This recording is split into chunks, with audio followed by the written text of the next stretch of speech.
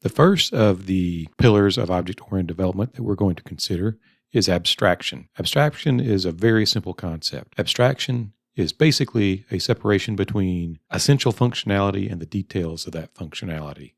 Think, we don't know how it works, we just know that it does. We can illustrate this concept with the notion of a modern automobile. Most automobiles have an engine and a transmission, but as a driver, we don't really need to know all the details of how those work.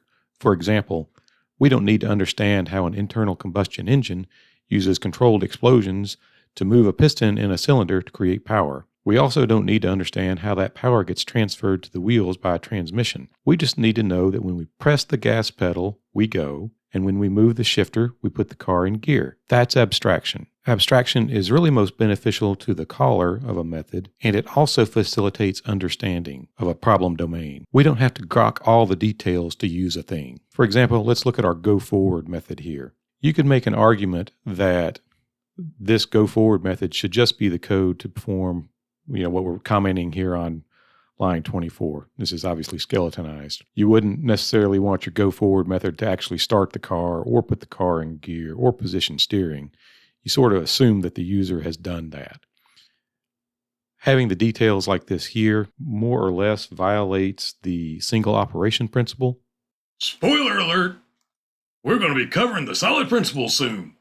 That's all caps solid, by the way. I'm just sort of using it here to illustrate abstraction. If we did have some magic car that when you did whatever you need to do to make it go forward, it did all these things, then that's kind of what it would look like. But in reality, in the current world, it would mostly be just what's on line 24, and that's pretty much it.